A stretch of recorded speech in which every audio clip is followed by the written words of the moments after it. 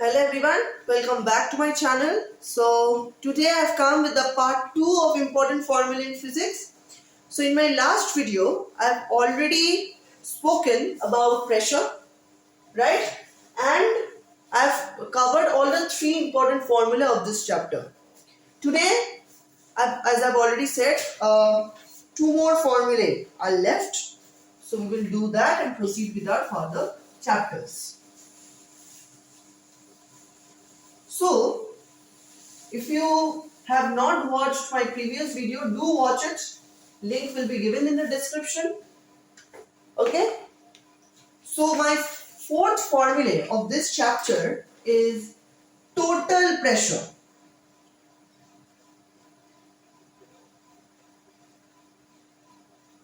Total pressure equals to H naught plus H rho G.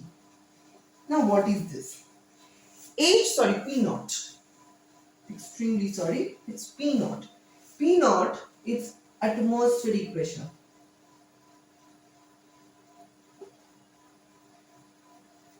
And H is again depth, rho is density, and G you know, acceleration due to gravity. Now why is this formula required? Suppose you have a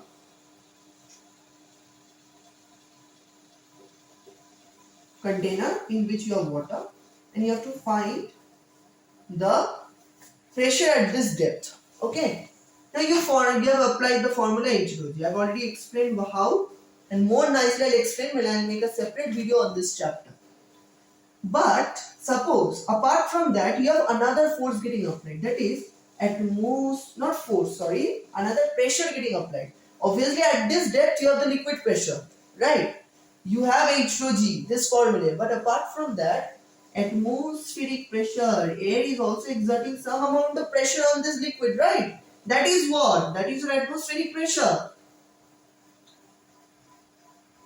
That is your atmospheric pressure. Henceforth, if I want to find the total pressure, then I will have to add this pressure, atmospheric pressure. Only writing H rho G will not work. Why? Because only H rho G is not working.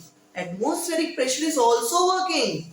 Henceforth, if I omit atmospheric pressure, it is going to be a wrong concept. It is going to give you the answer wrong. Because H rho G, I have accepted that H rho G is the pressure, is the liquid pressure. And I have asked you the liquid pressure only. But do you not think that atmospheric pressure is also applying some amount of pressure on the surface, on the free surface of the liquid? Obviously it is. Henceforth, if I omit this P naught part, then it's going to be a wrong thing. Okay, we will have to mention P naught as well. But this is only when you are asked to find out the total pressure. If only liquid pressure, you are most welcome to use this formula. But if total pressure is asked, then please do follow this formula. Okay? And the last one is of Pascal's law. Pascal's law states that F2 by F1 equals to A2 by A1. So this is the fifth formula. F2 by F1 equals to A2 by A1. That is, basically the concept is, suppose you have two pistons, smaller one, bigger one, and you have attached. Okay, very roughly I am drawing people. Don't go to my, don't judge my drawing. So suppose on this smaller piston we are applying force F1. Okay, we are applying force F1. Then actually if I start explaining this, it will take much time and I want to finish off with all other formulae. Let me stop it here only. People, I'll make a separate video on this. Okay, there you watch. There I'll explain it nicely. Because now if I start explaining that, I'll not be explaining you in a word or two. Because I have a tendency of going on a, vast explanation in order to bring back the interest in physics. Henceforth, in short way, in that brief manner, I'll not be able to explain. Okay. Okay, rather I will not be satisfied in that explanation. So just know there is a formula. F2 by F1 equals to A2 by A1. Now people, you will see that there are many formulae which I am not explaining, just I am reading out, telling what are those abbreviations, and I am moving on with the next formula. And there are formulae which I am explaining. That okay, but which I am not explaining. Just know one thing, that those formulae will take a much time for its explanation. Okay, because if I explain you in a word or two, or in a sentence, or in a paragraph, you will understand nothing. Okay, maybe you will understand, but the core concept, that main concept, will not be delivered to you. Henceforth, I need a separate, time for it. I need to make a separate video for it. So there you watch. Okay. In future also, means in the upcoming formulas also, there will be formula which I'll just omit the part. I'll not explain the formula. That will be the reason. My only motive to make videos, the parts on these videos, is to put the formulae and the basic introduction I want to give about all these 10 chapters. Okay, I want to give the basic intro. Okay, henceforth just know that there is a formula. That is F2 by F1 equals to A2 by A1. My next video will be on pressure. So there I will explain. Okay. Next comes the most important chapter and one of the most scary chapters. Now physics is never scary. It depends on how much you have understood. Okay. So it's chapter 5 most probably. Yes. So it's your upthrust. First formula of upthrust. Fb equals to V rho G. In very small, brief way I am explaining. On a very broad scale I will explain when I will make a separate video on upthrust. Okay. Upthrust is basically, suppose we have a liquid in this jar and we want to immerse a body inside it. Then the liquid will apply some force. First of all, whenever we are immersing a body inside a liquid, then equal amount of the volume, suppose the body has volume V, then the volume of water displaced by the immersion of this body will also be equal to V. So in other words, we can say that when a body of volume V is immersed inside the water, then same amount, means the volume of that body, or the water's volume equivalent to the volume of that body, is displaced. Okay. Henceforth, the body is going to be displaced and the water is going to give an upthrust. What is upthrust? Thrust is force. I have already said. Thrust is force. Maybe in my previous part I have said. Okay, in my previous part of this video. Thrust is also a force that is acting perpendicularly. So thrust is not a special thing, just a special case, but not a special thing. Thrust is also a force. A force getting applied upward is upthrust. Simple. So upthrust is what? Force getting upward, means an upward force in order to move this body. Right? Now I have a very interesting way in order to explain this. Okay, I have a very interesting way. Using that, I'll explain when I'll come to this chapter with a separate video. Like this, it will be very boring, but the way I'll explain there, you will see and you will enjoy it. Okay, it's my guarantee. So it's your V rho G. V is the volume. Volume of what? Volume of the body. Because how much water is getting displaced? Equivalent to the volume of the body. Henceforth, V is volume of the body. Rho is what? Density of the liquid. What is applying the force? The liquid. So density of the liquid. And G is G, acceleration due to gravity. Next is Fb equals to the weight. Okay, that is not so important. You will be confused by knowing this formula for the time being. Okay, one formula is very simple. Density equals to mass by volume, not writing. We know, every one of us is aware of that. And Fb equals to loss in weight of the body. Yes, this is an important formula. After that we have many formulae. Okay, we have formula like we have relative density, but I am not going to say anything about relative density because I have to explain that.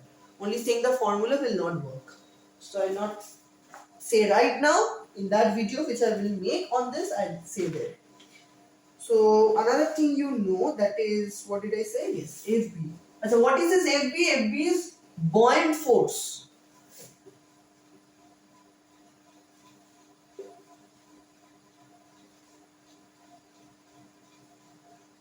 Now we have different pronunciations for this.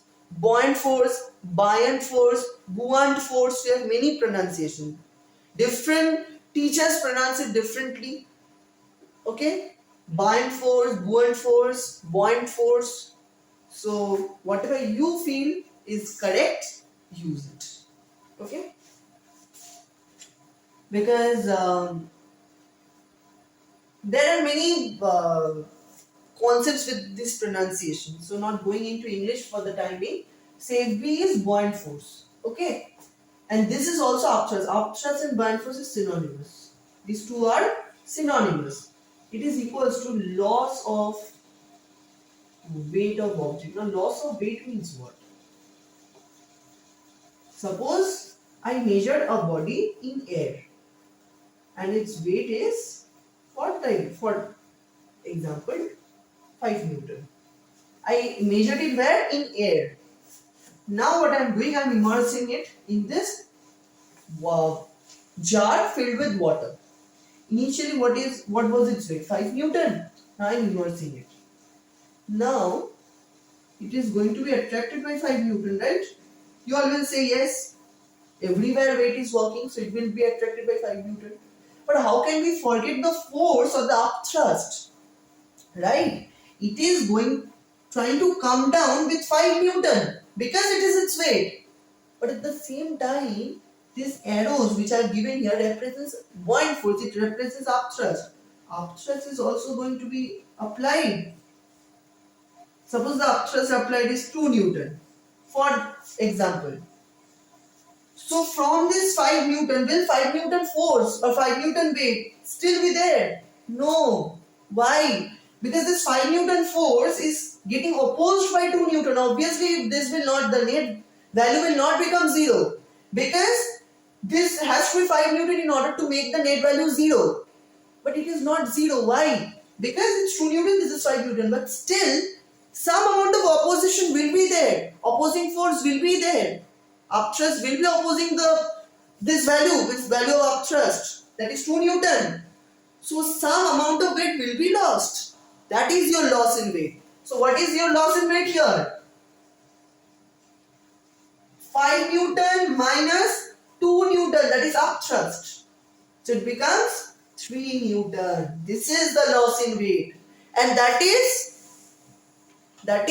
the concept. Okay?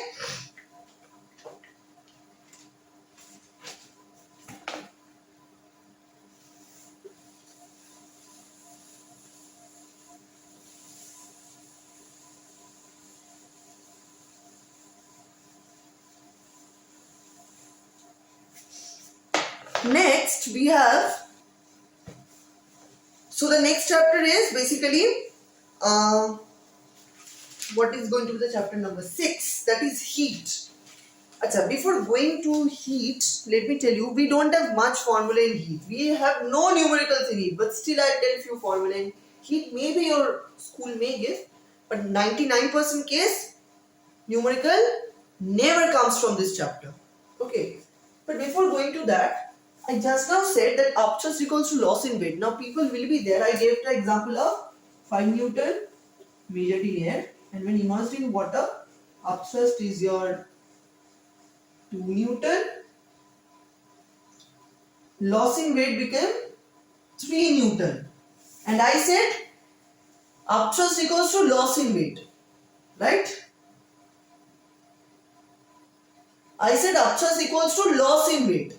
Is it not? That means what? Did the upthrust become 3 Newton from 2 Newton? Did it? No. Basically, it was 5, now it became 3. What is the loss? 2 Newton has been lost. That is your upthrust. Because what I wrote there, FB equals to loss in weight of the body, obviously. Of the body. Right? Henceforth, loss in weight is here 3 Newton. So is the upthrust 3 Newton? No, because I have given here 2. Henceforth, loss in weight, I did not mean by saying loss in weight, 3 Newton is the loss in weight and that is your upthrust. I do not mean that. What I want to say is that initially in air it was 5 Newton. By immersing it in water, the weight became 3 Newton. What is the loss in weight? 2 Newton, 5 minus 3. So 2 and 2 was the upthrust. So how is the weight getting lost? By the application of upthrust, by the application of the buoyant force, right?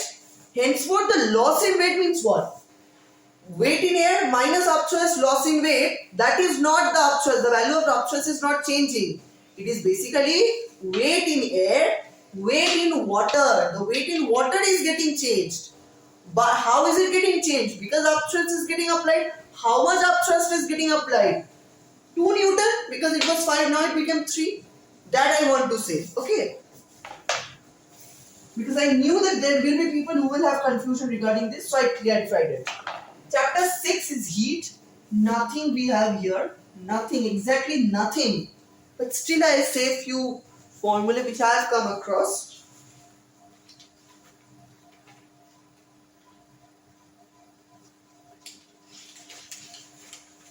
For upthrust, that formula also, that the volume of the body equals to volume of the liquid displaced, I have explained it.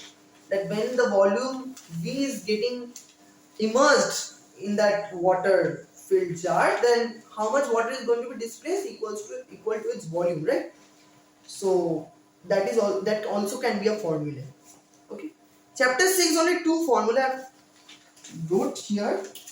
That is that of temperature. K equals to 2C plus D 273. That is, if you want to convert, you have a short. I have made one in my short section. I have made complete short of 60 seconds on this concept. That is derivation or sorry, not derivation, conversion of temperature from one unit to another. So again, I am saying, if I want to convert from Kelvin scale to Celsius scale, then I have to just add 273. And similarly, if I want to convert Celsius scale to Kelvin scale, what I have to do? Subtract 273 from the Kelvin value. Extremely sorry. From Kelvin scale, if I want to convert it into Celsius scale, it's plus 273. And if I want to convert from Celsius to Kelvin, then it becomes Kelvin minus 273. Okay. Another formula is C by 5 equals to F minus 32 by 9. C by 5 equals to F minus 32 by 9. Now from here, from converting Celsius to Fahrenheit, we can use this formula, and vice versa. From Fahrenheit to Celsius also we can use this formula. Now in book you will find a separate formula given for the conversion from Fahrenheit scale to Celsius scale, but you can use this only. By remembering one formula, you can do both the work. So you have to divide Celsius value by 5 and then F minus 32. That is Fahrenheit value minus 32 by 9. And accordingly perform linear equation and you do.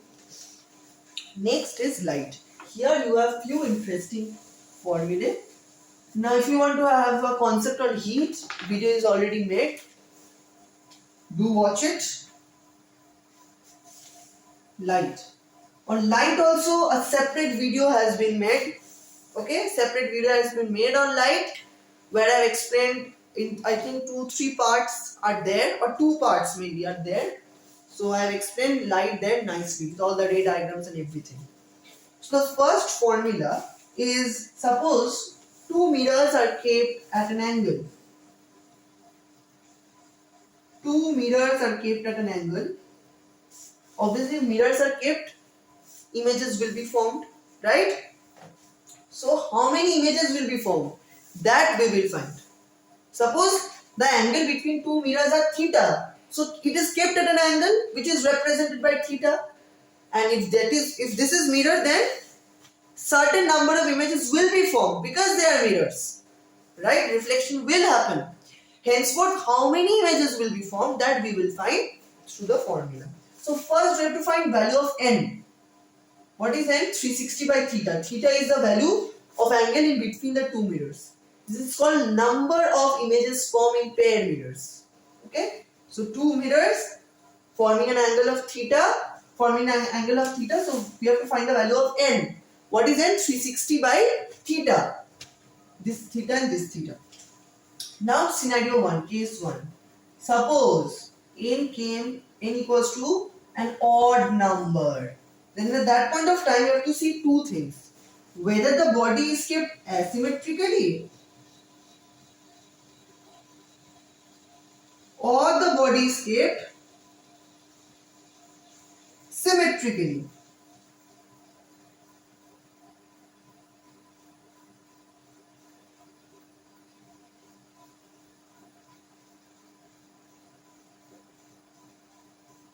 Or the body is kept symmetrically. Now what is asymmetrically and symmetrically? Suppose I take two mirrors.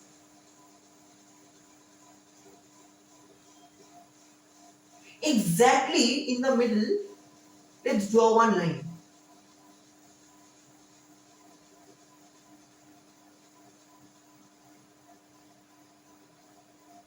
Exactly in the middle, let's draw one line. Okay?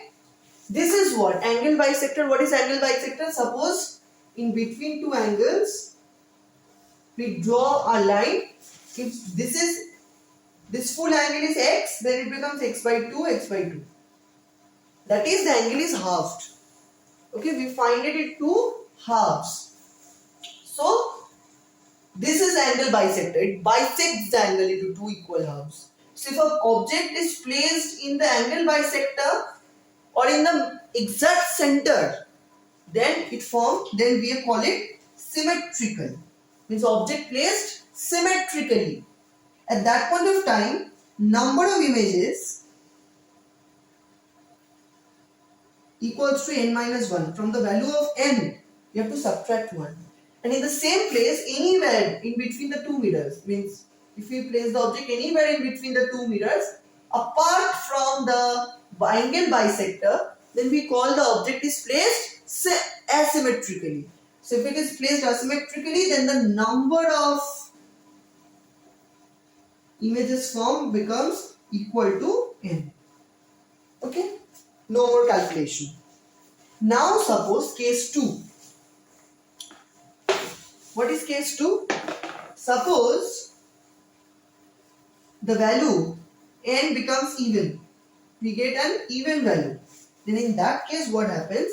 Number of images is always subtracted. Means n is always subtracted by 1. Means we subtract 1 from n and that gives our number of images. Okay? Because one image gets overlapped with the other. That's why one image is always less whenever the number of n is even. And whenever the object is placed symmetrically in that case. Okay. Next you have the three formulae related to your Cartesian system. What is Cartesian system? On that a separate video has been already made. Link will be given in the description. Do watch it. So you have the formula here. Cartesian system. Okay, it's on light only. The chapter is light. So Cartesian system. That is, what is the object distance, what is image distance. For the timing, I am assuming that you have already studied the chapter or you have already watched that video. So you know what is object distance, what is image distance. For the timing, I assume you know. Okay. So by assuming you know, I am not explaining in that great detail. The formula is 1 by f equals to 1 by d plus 1 by u. That is focal length. Focal length. 1 by focal length equals to 1 by image distance by 1 by object distance. Another formula is of magnification. How much times the thing has been, means how much times the size has been increased. That is magnification. Okay. I by O. That is image height by object height. Or we have minus V by U. So magnification equals to image height by object height or minus V by U. That is, now this minus is means given. It's already given. It's a formula. We have to write minus. Now we have the sign conventions here. Plus, minus. We have great story associated here. How to know the story? Go through that video where I have explained. Okay. So henceforth this minus you will have to give. So v by u, that is image distance by object distance. And the last formula is f equals to r by 2. That is, if radius is given to you, and if you want to find out this is your radius, and if you have to find out the focal length, then just half it. Half of radius is focal length. So r by 2 is your focal length. Done. Next comes again the next chapter, that is sound. Again, if you want to have a clear concept about sound, do check out my video which I have made on sound. Link will be given in the description. So sound. Now in sound you have very small, only 3 formula. V equals to F into lambda. Okay. So V is wave velocity.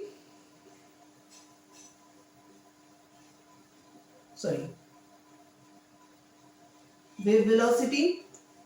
F is nothing but frequency. And lambda is wavelength. Lambda is wavelength. Okay. In that video I have shown you the derivation of this formula. How did it come? So I am not showing it again. Assuming that you all know already. You have watched my video. If you have not, please go through it. Nicely I have explained there. So whenever we want to find a wave velocity, what is wave velocity? The speed with which, or the velocity with which a wave is traveling. That is wave velocity. Okay. Or we can say velocity with which the wave is traveling, or the speed with which the wave is traveling. Henceforth, if we want to find that wave velocity or wave speed, what we have to do is we have to find out the frequency, that is number of waves created in 1 second or produced in 1 second, into the wavelength. Wavelength is the length of one complete wave. That is our wavelength. So if we find a product of these two, then we will get our wave velocity or wave speed. Next is V equals to root over of gamma p by rho. Now there are very less number of schools who will raise question using this formula, because most of the school, 95% of the school does not raise a single question from this formula. Okay. Henceforth, now that we have a small story behind it that I have explained in that video. Okay. The thing is, I am not telling. Basically, this formula is given by Laplace. Okay. First, it was given by Newton, but Newton made a small mistake, which was corrected by Laplace. So it is called Newton's assumption, Laplace's correction. So this is Laplace's corrected formula. So wave velocity equals to, now this is a separate one, wave velocity, but under specific conditions. What are those conditions? Not saying for the time being, but under specific condition means, okay, saying temperature and everything. That is the condition. If we want to find out the wave velocity, then what we have to do, we have to find, at first take gamma. What is gamma? Gamma is a constant. The value of gamma is Cp by Cv. What is Cp by Cv? Cp is specific heat capacity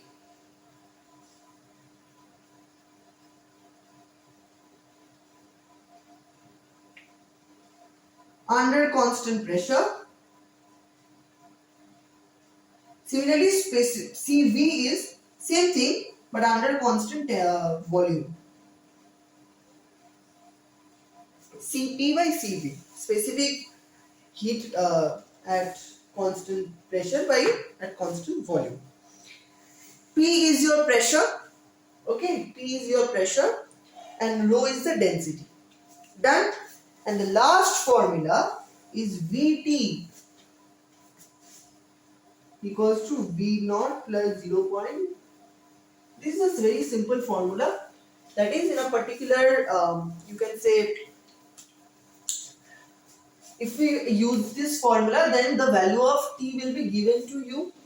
Okay, value of T will be given to you. You just need to put the value of T, put the value of V naught, and you have to do it. Very simple formula, not explaining it because there I have already explained. Okay, because I want to just move further and complete this video quickly. Henceforth, not explaining it again. Okay.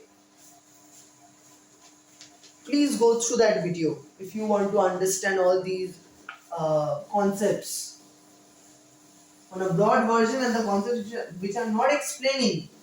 If you want to know them, go through. And saying again and again, it will be beneficial for you only. And the last one, that is 9, electricity. Now, in electricity, the first formula is current. That is I equals to charge represented by Q by time, that is T. So if I want to find out current, then charge flowing per unit time is current. Charge flowing per unit time is current. Unit of current is ampere. Charge coulomb. Time second. Okay, I did not say the unit of any of them, na? Okay, at last what I'll do is I'll just say the units of all. I just explained the formula, but I did not say the unit of anything. In my previous part also, I did not tell the unit of any formula. So at last what I'll do is, in a minute or two, I'll say all the units. Okay, because I was so busy in explaining the formula and writing it that I missed out the units. That is also important in physics. Now another formula that is important is of potential difference or potential. First potential by Q. So Q is your work done per charge. Work done per charge is your potential difference. And the last formula is V equals to IR. R is resistance. So volt, that is, this is V. Okay, V, that is potential difference, equals to current into resistance. If I want to find out resistance from here, then it becomes V by I. Now quickly what I'll do is I'll just go through all the units from the beginning, from part 1. If you have not watched part 1, please go through it and then come back to this again and just listen through the units. First I have spoken about, in the chapter 1 I have taught about measurement. Then I have said time period. Time period means second. Time period. Frequency is either hertz or second inverse. Then chapter 2, motion in 1D, speed we know, meter per second. Velocity, meter per second, because displacement by time. Acceleration is velocity by time, that is meter per second square. Okay. Y-axis by x-axis, it's slope, we have no unit there. And next, coming to laws of motion. Momentum is mass into velocity, that is mass into velocity. Mass into velocity, that is kg into meter per second square. Sorry, not meter per second. Rate of change of momentum, mass into acceleration, kg into meter per second square. Force equals to ma. We can say unit of force is Newton, right? Next, weight. If we were taking gravitational units. Okay, what is gravitational unit in brief? Let me tell you. What are gravitational units of weight? Basically, in gravitational unit, we do not multiply, because what we do, weight equals to mg. If we don't want to multiply with g, then what we do, suppose mass is 30 kg, then we write W equals to 30 kgf. Or if it is 30 kg, 30 gram, then we write 30 gf, gram force, kilogram force. But if we are multiplying 30 with the value of g, then it becomes Newton, because weight is also a form of, not form, weight is also a force. Not form of force, but itself it's a force. Right? So if I multiply with g, then it becomes Newton. Next, thrust. Coming to the chapter pressure. Thrust is what? The weight of the body, right? Thrust on surface equals to the weight of the body. I've already explained you why. So thrust is what? Force, Newton. Pressure equals to thrust per area. So force per meter square. I've explained you. Pressure equals to H rho G. This formula, this thing I'm not saying again. There I've already explained. Hope I've explained the unit also there. Next you have the upthrust. Buoyant force is what? A force. So I've already said you can either use the gravitational unit if you are finding out the weight of something, or in Newton also if you are multiplying with the value of G. Or if you are not multiplying with the value of G, then you are keeping it in this kgf or gf form. Okay, density is what? Mass per volume or mass by volume. So kg per cubic meter SI, then gram per cubic centimeter CGS. Okay, next is your not fifth. Okay, this was your fifth chapter. So sixth chapter is heat. So Kelvin itself, it's a unit. Celsius itself, it's a unit. Fahrenheit itself, it's a unit. For light, you have no unit. Because number of images, I have said. What will be the unit? No unit. Okay. For that image distance, object distance, it depends on the question, meter, centimeter, because it's distance right at the end of the day. Focal length is also a distance. So it can be centimeter, meter, depends on the question. Then magnification has no this thing, unit, because it's a ratio, I by O or minus V by U. It's a ratio. Unit gets omitted. And focal length equals to R by 2, that is also, F equals to R by 2, that is also basically your meter or centimeter, depends on the question. Next, sound, V equals to lambda, F lambda. V is what? V is basically velocity. So meter per second. V equals to root over of gamma p by rho, there also V, meter per second, because velocity we don't change it usually. And then in electricity it comes current. Okay, here I have to write a bit. Charge. Charge's unit is coulomb. Time, second. Coulomb per second, right? Coulomb per second should have been the unit of current.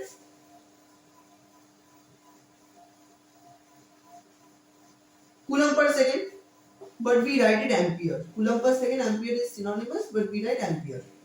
Potential difference, V. The unit of V is volt. Work done is joule. Q is coulomb. So joule per coulomb should have been the unit, but we don't write joule per coulomb, we write volt. Same thing. Joule per coulomb and volt is same, but we write volt. Then here V is volt, I is, I have already said, V equals to IR. V is volt, I is ampere, current. R is ohm. Ohm is represented using this headphone kind of a symbol. And this symbol is named omega. Now people make this mistake, instead of ohm they say omega. Suppose the value of resistance is 2. Instead of saying 2 ohm they say 2 omega. That is wrong. 2 ohm is the value of resistance. And we represent ohm in this way. This is termed as omega. This is a Greek letter. And here also resistance, the same thing. Just I just taken I this side of the equals to signs. I just taken I this side in order to keep R independent on one side, in order to find the value of R. Right? So with this we are up with all the formulae, and with this we are also up with all the basic formulae of class 9, all the 10 chapters. But see, I have written till 9. I have written till 9. But why didn't I introduce the 10th chapter? Because the 10th chapter is magnetism. 10th chapter is magnetism. From there you have no numerical, you have no formula. Totally you have 10 chapters, but in the last chapter you have no formula. Henceforth no numericals. Okay? So we keep till chapter 9 only. Because chapter 10 is a conceptual chapter. We have no numericals, no formula. Telling you again and again. Okay? Henceforth with this, we are up with our this part. Okay? So hope you have liked my video. If you like my video, please like, share and subscribe it, and also press the bell icon to get the notification of my uploaded video. In my next video, I'll try to come with some interesting topic obviously. So till then, bye.